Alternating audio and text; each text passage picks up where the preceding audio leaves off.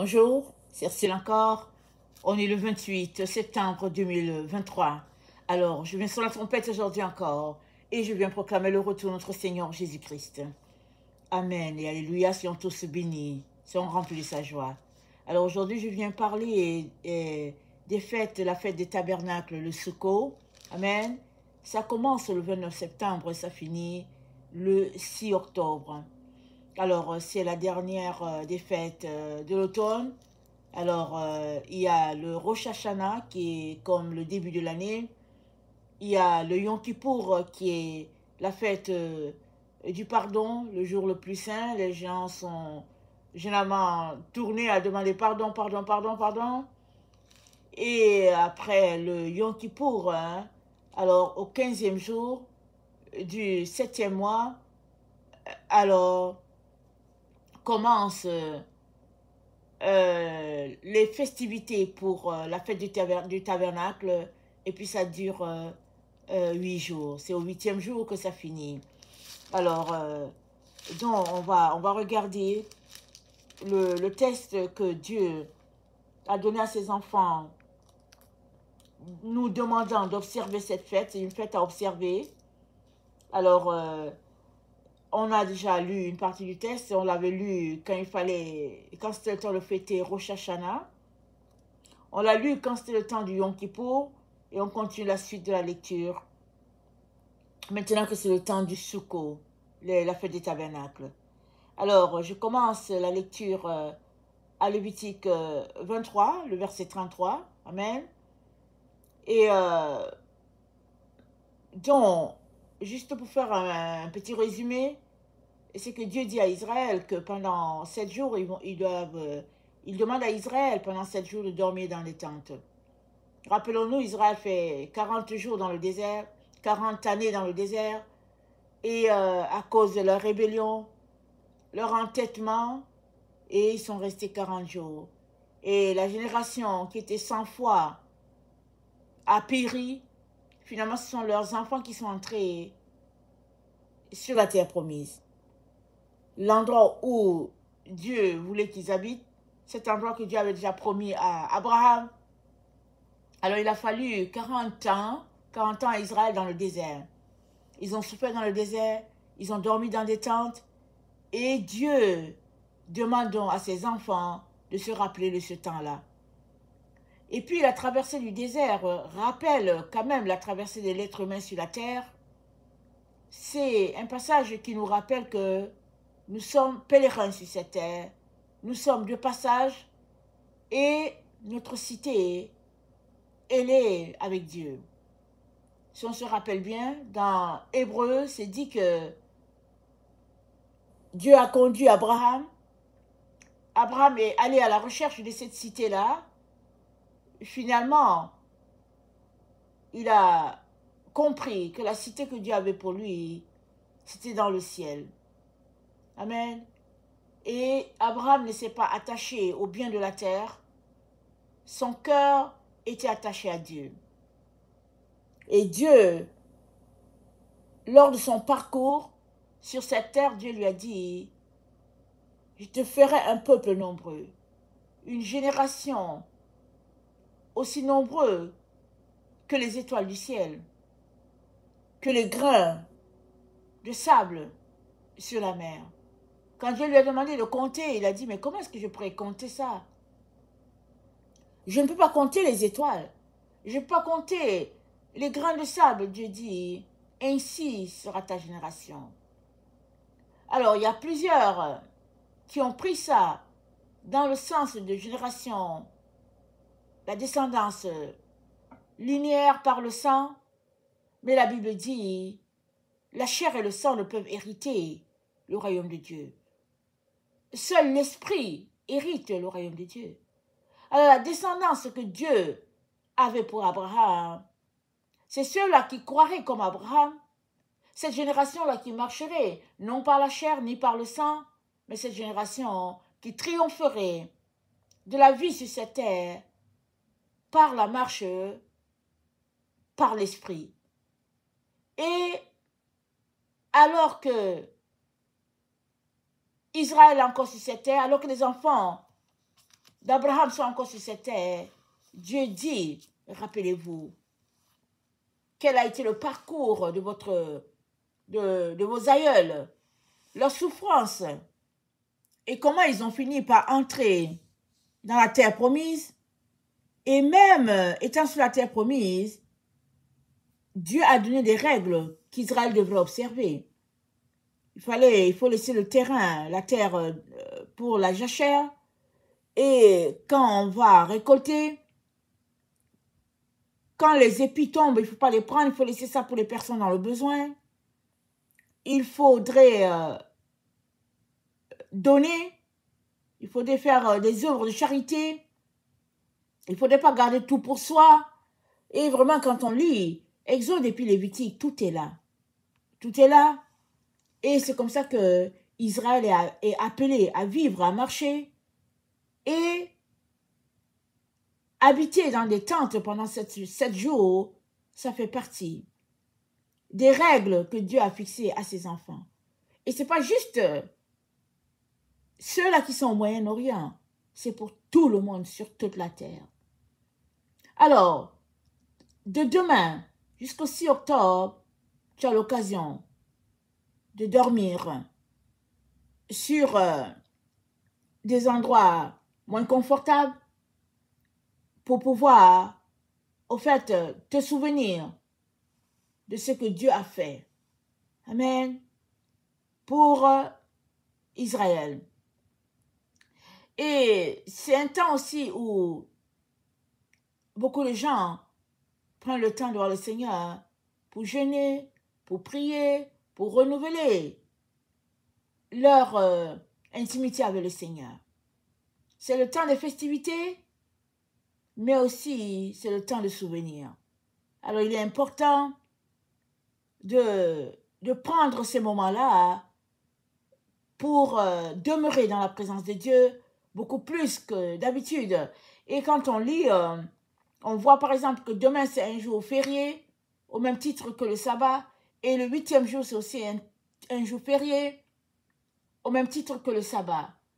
Alors, il y en a qui ne sont pas versés dans les Écritures, qui vont juste passer, manger, danser, festoyer, mais ceux-là qui cherchent Dieu savent que c'est un jour d'arrêt pour lire la parole, pour prier, parler à Dieu, marcher en direction des endroits, des centres où on peut déposer la nourriture pour venir au secours de tous ceux-là qui sont dans le besoin. Amen. Alors, Lévitique 23, le verset 33. L'Éternel parla à Moïse et dit, parle aux enfants d'Israël et dit, le 15e jour de ce 7e mois, ce sera la fête des tabernacles en l'honneur de l'Éternel pendant 7 jours. Le premier jour, il y aura une sainte convocation. Vous ne ferez aucune œuvre servile. Pendant 7 jours, vous offrirez à l'Éternel des sacrifices consumés par le feu. Le 8e jour, vous aurez une sainte convocation et vous offrirez à l'Éternel des sacrifices consumés par le feu. Ce sera une assemblée solennelle. Vous ne ferez aucune œuvre servile. Telles sont les fêtes de l'Éternel, les saintes convocations que vous publierez afin que l'on offre à l'Éternel des sacrifices consumés par le feu.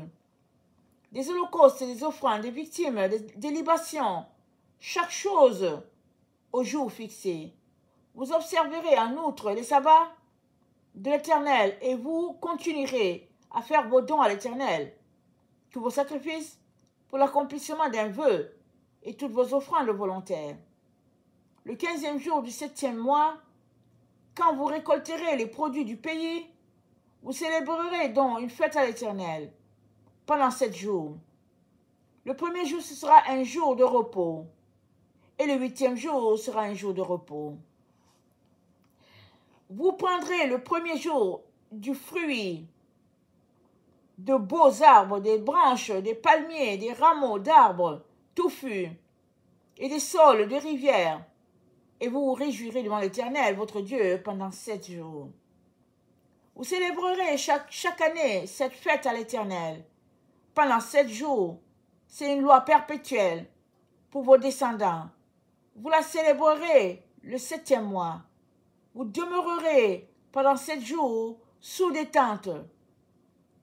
Tous les indigènes en Israël demeureront sous des tentes, afin que vos descendants sachent que j'ai fait habiter sous des tentes les enfants d'Israël, après les avoir fait sortir du pays d'Égypte. Je suis l'Éternel votre Dieu. C'est ainsi que Moïse dit aux enfants d'Israël, quelles sont les fêtes de l'Éternel. Amen et alléluia. Donc voilà, Dieu ne fait rien pour rien. Amen. Il ne fait rien pour rien. Il n'y a que l'ennemi s'est dit que quand il parle de son propre chef. Mais Dieu, quand il dit quelque chose, il sait pourquoi il le dit. Alors, ces fêtes-là d'automne sont aussi observées au ciel, parce que ce sont des fêtes de souvenirs. Alors, ce serait bien de ne pas négliger, n'est-ce pas, de les observer. Parce que alors que on se met sur le chemin de l'obéissance, on est plutôt en train de communier avec Dieu. Quand tu fais ce que Dieu te dit, tu es en train de communier avec lui. Et un enfant, il obéit toujours à son père, n'est-ce pas? Il fait ce que son père lui dit, ce que sa mère lui dit. Alors, c'est dans ce temps que nous sommes. Un temps où les enfants de Dieu sont appelés à se mettre dans des tentes ou bien dans des endroits moins confortables pour se souvenir ce que Dieu a fait pour eux. Il y en a qui mettent les tentes dans leur maison et puis ils élèvent quelque chose. Il y en a qui décident tout simplement qu'ils dorment tout simplement pas sur le lit pour rappeler tous ces moments-là. Alors chacun va l'observer comme Dieu l'oriente, comme Dieu le dirige. Et Dieu a déjà déterminé comment l'observer, on l'a lu tantôt. On ne peut pas l'observer à notre manière. On l'observe comme Dieu l'a dit.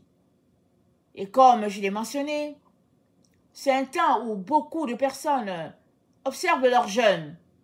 Certains, c'est 40 jours parce que pour rappeler la traversée du désert. Et puis, d'autres encore, comme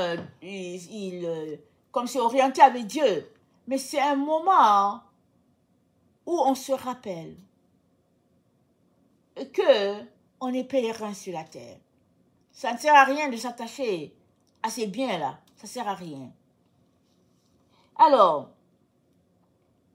c'est dit que lors de la cérémonie, le sacrificateur en charge prend un pichet en or et il va jusqu'au réservoir de Siloé. Il prend de l'eau dans ce pichet en or-là. Il revient et il verse ce pichet dans un récipient en argent qui est au niveau de l'autel. Il verse l'eau à cet endroit et quand il verse l'eau, la chorale et puis le peuple, ils se mettent à crier, à chanter, à célébrer Dieu parce que Dieu leur a donné de l'eau et le sacrificateur prie pour que Dieu donne de la pluie en abondance, de l'eau à ne pas en finir. Et c'est le symbole du Saint-Esprit. Et voilà la cérémonie qui se passe et puis les gens chantent quand ils sont à l'extérieur, ils s'aspergent d'eau. Et quand le sacrificateur est là, il fait partie de la scène, il asperge les gens pour dire recevez la bénédiction. Et puis il se rappelle vraiment, il fête en souvenir de ce temps-là où ils se retrouveront dans l'éternité, dans un temps là où il n'y aura plus de souffrance, dans la Nouvelle Jérusalem. Là, les pleurs, les larmes auront fini. Et puis, ben voilà. Donc, voilà les festivités. Voilà ce qui se passe. Et le 8e jour, un jour de repos, c'est là que les sacrificateurs viennent, ils redonnent, ils clôt la cérémonie et ils donnent les lectures pour l'année. Parce que les lectures sont sélectionnées minutieusement pour toute l'année. Alors, le 8e jour, qui est le dernier jour, c'est là que les gens viennent faire la clôture de la fête et tout. Et puis le peuple prend connaissance du calendrier de l'année en cours. Amen. Et c'est à cette fête-là que Jésus-Christ est venu. Dans Jean 7, il a dit, C'est à cette fête dans Jean 7, le verset 37, Jésus-Christ a dit, c'est dit, le dernier jour, le grand jour de la fête, Jésus-Christ se tenant debout s'écria, si quelqu'un a soif, qu'il vienne à moi et qu'il boive. Celui qui croit en moi, des fleuves d'eau vive couleront de son sein, comme dit l'Écriture. Il dit cela de l'Esprit que devaient recevoir ceux qui croiraient en lui, car l'Esprit n'avait pas encore été, n'était pas encore, parce que Jésus n'avait pas encore été glorifié. Des gens de la foule ayant entendu ces paroles disaient, celui-ci est vraiment le prophète. D'autres disaient, c'est le Christ. Et d'autres disaient, est-ce bien de la Galilée que doit venir le Christ? L'Écriture ne dit-elle pas que c'est de la postérité de David et du village de Bethléem? Où était David que le Christ doit venir? Il eut donc à cause de lui division parmi le peuple. Quelques-uns d'entre eux voulaient le saisir, mais personne ne mit la main sur lui. Ainsi les huissiers qui avaient été envoyés pour l'arrêter retournèrent vers les principaux sacrificateurs et leur dirent, les principaux sacrificateurs leur demandaient, est-ce que vous l'avez amené? Les huissiers répondirent, jamais homme n'a parlé comme cet homme. Et les pharisiens leur répliquèrent, est-ce que vous aussi vous avez été séduits? Y a-t-il quelqu'un dans les chefs ou des pharisiens qui ait cru en lui? Mais cette foule qui ne connaît pas la loi, Nicodème qui était venu de nuit vers Jésus et qui était l'un d'entre eux leur dit, notre loi condamne-t-elle un homme avant qu'on l'entende et qu'on sache ce qu'il a fait? Ils lui répondirent, es-tu aussi galiléen? Examine et tu verras que de la Galilée, il ne sort point de prophète. On va s'arrêter là. Alors, c'était le dernier jour de la fête, c'est-à-dire le 8e jour, et Jésus-Christ dit, si quelqu'un a soif, qu'il vienne et qu'il boive. Celui qui croit en moi, des fleuves d'eau vive couleront de son sein, comme dit l'Écriture. Waouh!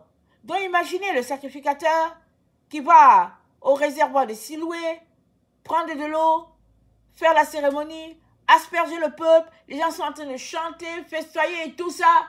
Et voilà quelqu'un d'autre qui est de côté, qui dit, si quelqu'un a soif, qu'il vienne à moi et qu'il boive. Waouh! Quelle confrontation! Quelle opposition, n'est-ce pas? C'est opposé, deux directions différentes. Mais, celui qui est en train de dire, si quelqu'un a soif, qu'il vienne à moi, c'est lui qui est Dieu. Alléluia. Les gens le prennent pour l'opposant, mais c'est lui qui est Dieu. Et il a choisi justement ce moment-là pour appeler à lui ses enfants parce que les sacrificateurs ont rendu la cérémonie juste des fêtes, des festes pour s'amuser.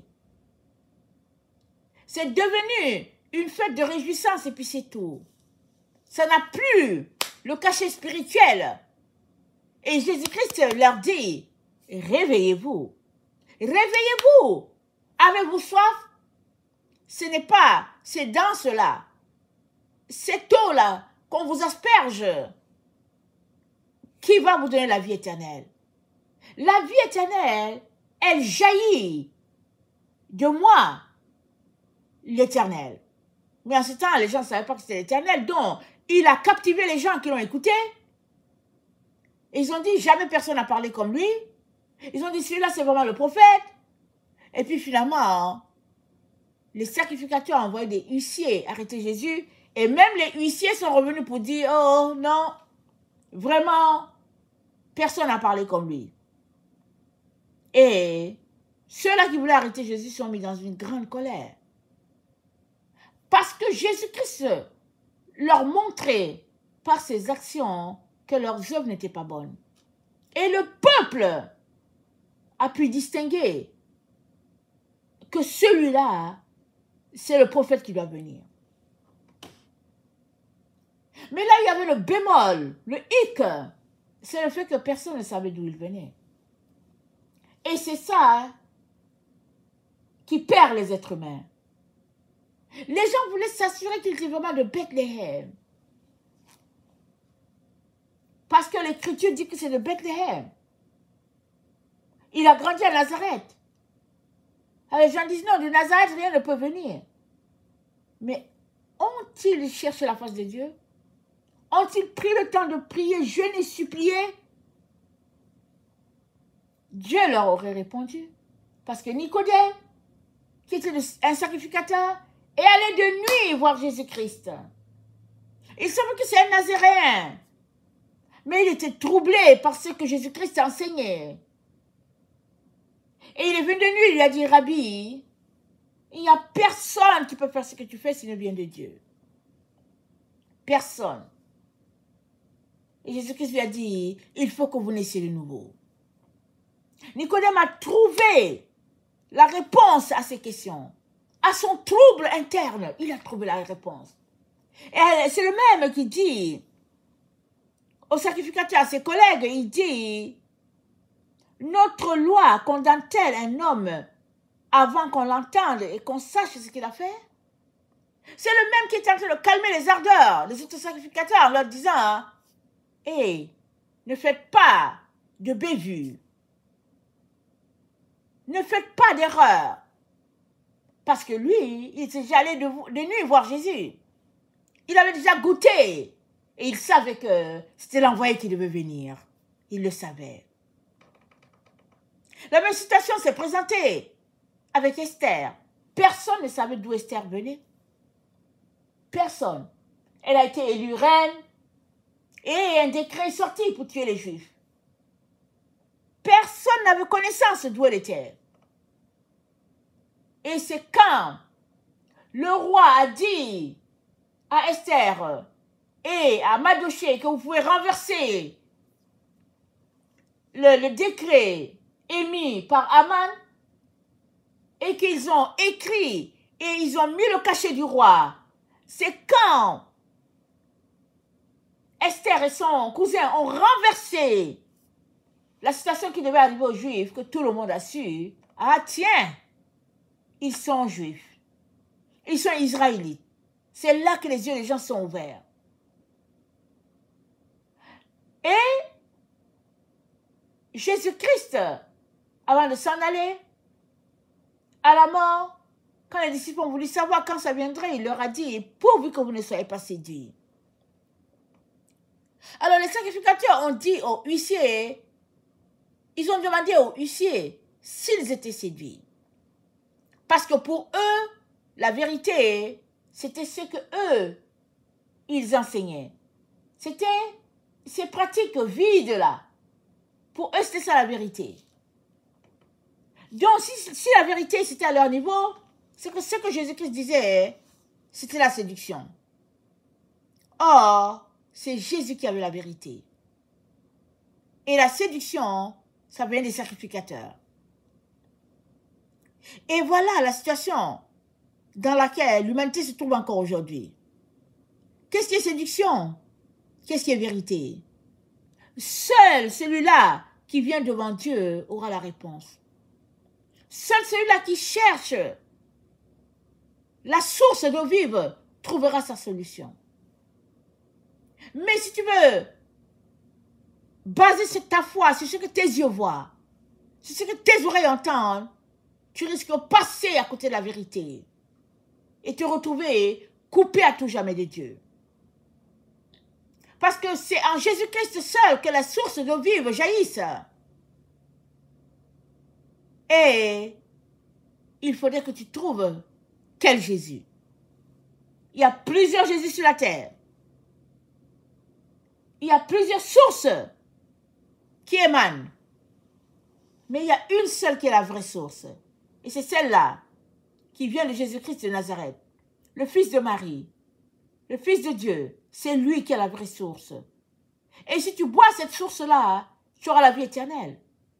Et il te dit de venir à lui. Il te dit d'observer la parole de Dieu. Il te dit de renoncer aux œuvres mortes et de faire ce que Dieu te demande de faire. Lire la parole, la pratiquer et vivre par la parole. Parce que seuls ceux-là qui se nourrissent de la parole et vivent par elle seront régénérés. Ils seront une nouvelle créature parce qu'ils sont d'une autre race. Ils sont d'une autre racine. Ils sont de la racine de pureté, la racine de vérité, la racine de lumière. Seulement eux. Voilà pourquoi Jésus-Christ te dit de ne pas te concentrer sur les cérémonies, mais de te connecter au vrai, à la véritable eau. Alors, il en parle, notre Dieu, dans Ézéchiel 47. Voilà ce qui est dit dans Ézéchiel 47. Je vous conseille de lire tout Ézéchiel 47, mais je vais lire juste certains versets, c'est tout. Je vais lire les 9 premiers versets. Et vous allez lire le reste. Amen. Ézéchiel 47, le verset 1, c'est dit, « Il me ramena vers la porte de la maison, et voici des eaux sortaient. Voici de l'eau sortait du seuil de la maison à l'Orient, car la face de la maison était à l'Orient. L'eau descendait sous le côté droit de la maison, au midi de l'autel. Il me conduisit par le chemin de la porte septentrionale et il me fit faire le tour par dehors jusqu'à l'extérieur de la porte orientale. Et voici l'eau coulait du côté droit. Lorsque l'homme s'avança vers l'Orient, il avait dans la main un cordeau. Il mesura 1000 coudées, il me fit traverser l'eau, et j'avais de l'eau jusqu'aux chevilles. Il mesura encore 1000 coudées, il me fit traverser l'eau, et j'avais de l'eau jusqu'aux genoux. Il mesura encore 1000 coudées, il me fit traverser, et j'avais de l'eau jusqu'aux reins. Il mesura encore 1000 coudées, c'était un torrent que je ne pouvais traverser, car l'eau était si profonde qu'il fallait y nager. C'était un torrent qu'on ne pouvait traverser. Il me dit, as-tu vu, fils de l'homme? Et il me ramena au bord du torrent. Quand il m'eut ramené, voici, il y avait sur le bord du torrent beaucoup d'arbres de chaque côté. Il me dit, cette eau coulera vers le district oriental, descendra dans la plaine et entrera dans la mer. Lorsqu'elle se sera jetée dans la mer, les eaux de la mer deviendront saines. Tout être vivant qui se meut vivra partout où le torrent coulera. Il y aura une grande quantité de poissons, car là où cette eau arrivera, les eaux deviendront saines, et tout vivra partout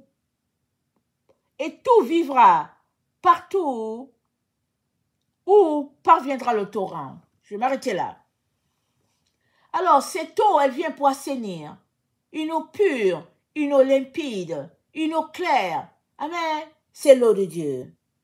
Et c'est de cette eau-là que Jésus-Christ a dit, si quelqu'un a soif, qu'il vienne à moi, des eaux vives couleront de son sein. Il l'a dit quand il était sur cette terre, il le dit encore aujourd'hui au XXIe siècle, le 28 septembre 2023, il le dit encore. As-tu soif? Jésus-Christ a les mains tendues vers toi. Viens boire sa source. Tu n'auras plus jamais soif. Dans Zacharie 14, il est aussi question de cette eau-là. Zacharie 14, Zacharie c'est après Agé, après Joël. Le verset 6, c'est dit, en ces jours-là, il n'y aura point de lumière, il y aura du froid et de la glace. Ce sera un jour unique connu de l'Éternel, et qui ne sera ni jour ni nuit, mais vers le soir la lumière paraîtra. En ce jour-là, les eaux vives sortiront de Jérusalem et couleront moitié vers la mer orientale, moitié vers la mer occidentale. Il en sera ainsi en hiver. L'Éternel sera roi de toute la terre.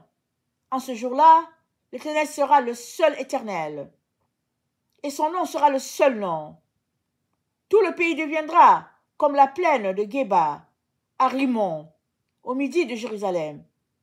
Et Jérusalem sera élevée et restera à sa place, depuis la porte de Benjamin jusqu'au lieu de la première porte, jusqu'à la porte des angles. Et depuis la tour de Hanam, attendez. Depuis la tour de Hananel jusqu'au pressoir du roi, on habitera dans son sein. Il n'y aura plus d'interdit. Jérusalem sera en sécurité. Amen. Et quand on dit Jérusalem sera en sécurité, c'est la Nouvelle Jérusalem, telle que décrite dans Apocalypse 21. Dont la fête des tabernacles rappelle le séjour dans le désert, mais ça rappelle aussi ce temps glorieux à venir, ça rappelle l'éternité. Et le Seigneur t'invite à voir la véritable eau, parce que l'éternité est pour toi. Un temps de paix, de bonheur, un temps où la souffrance est ôtée. Et c'est ça que le Seigneur a réservé pour chacun de ses enfants. Mais si tu demeures dans les péchés, dans les vices de ce monde, tu ne te rendras pas. Voilà pourquoi le Seigneur nous invite dans ce temps à quitter toute voie de malice, de mensonge, toute voie tournée vers les plaisirs de la chair et de nous tourner vers l'esprit. Ce n'est que comme ça que des sources d'eau vive jailliront de notre sein. C'est que comme ça que nous habiterons éternellement avec le Père de gloire. Très très important. Et dans Apocalypse 22, c'est dit, il me montra un fleuve d'eau de la vie limpide comme du cristal, qui sortait du trône de Dieu et de l'agneau. Au milieu de la place de la ville et sur les deux bords du fleuve, il y avait un arbre de vie produisant 12 fois des fruits, rendant son fruit chaque mois et dont les feuilles servaient à la guérison des nations. Il n'y aura plus d'anathème. Le trône de Dieu et de l'agneau sera dans la ville. Ses serviteurs le serviront et verront sa face, et son nom sera sur leur front. Il n'y aura plus de nuit. Ils n'auront besoin ni de lampe ni de lumière, parce que le Seigneur Dieu les éclairera. Ils régneront au siècle des siècles. Et il me dit, ces paroles sont certaines et véritables. Et le Seigneur, le Dieu des esprits des prophètes, a envoyé son ange pour montrer à ses serviteurs les choses qui doivent arriver bientôt. Et voici, je viens bientôt, heureux celui qui garde les paroles de la prophétie de ce livre. Amen. Alors, voilà ce que le Seigneur a pour nous. Et dans Apocalypse 21, voilà ce que notre Dieu nous dit. Au verset 6, il dit, c'est fait. Je suis l'alpha et l'oméga, le commencement et la fin. À celui qui a soif, je donnerai de la source d'eau, de la vie gratuitement. Celui qui vaincra héritera ces choses et je serai son Dieu. Il sera mon fils. Mais pour les lâches, les incrédules, les abominables, les meurtriers, les impudiques, les sorciers, les idolâtres et tous les menteurs, leur part sera dans les temps ardents de feu et de soufre, ce qui est la seconde mort. Puis, un de sept anges qui tenait les 7 coupes remplies de 7 derniers fléaux vint. Il m'adressa la parole et en me disant, viens, je te montrerai l'épouse, la femme de l'agneau. Il me transporta en esprit sur une grande et haute montagne. Il me montra la ville sainte, Jérusalem, qui descendait du ciel d'auprès de Dieu et en la gloire de Dieu. Son éclat était semblable à celui d'une pierre très précieuse, d'une pierre de jaspe transparente, comme du cristal. Elle avait une grande et haute muraille. Elle avait 12 portes, et sur les portes 12 anges, et des noms écrits, et sur les portes 12 anges, et des noms écrits, ceux des 12 tribus des fils d'Israël. Amen. Alors, tout tend vers ce temps-là. Et la Nouvelle Jérusalem, c'est aussi ton lieu de destination. Pourvu que tu sortes des voies du mal, des voies du mensonge, des voies des ténèbres, et que tu embrasses la voie de la vérité, la voie de la lumière, la voie de la pureté, la voie de la chasteté. Et toute cette gloire est à toi. Dieu l'a préparée pour tous ceux-là qui l'aiment. Et je viens donc nous encourager tous, non seulement à prendre ces 8 jours pour observer la fête recommandée par notre Dieu, mais aussi de prendre notre temps pour nous dépouiller laisser les œuvres mortes et nous purifier, nous sanctifier, de telle sorte que on puisse pouvoir entrer à travers les portes de cette ville glorieuse. Que le Seigneur bénisse sa parole. Maranatha, Jésus revient. Amen. Et alléluia, seront tous bénis. Amen et amen.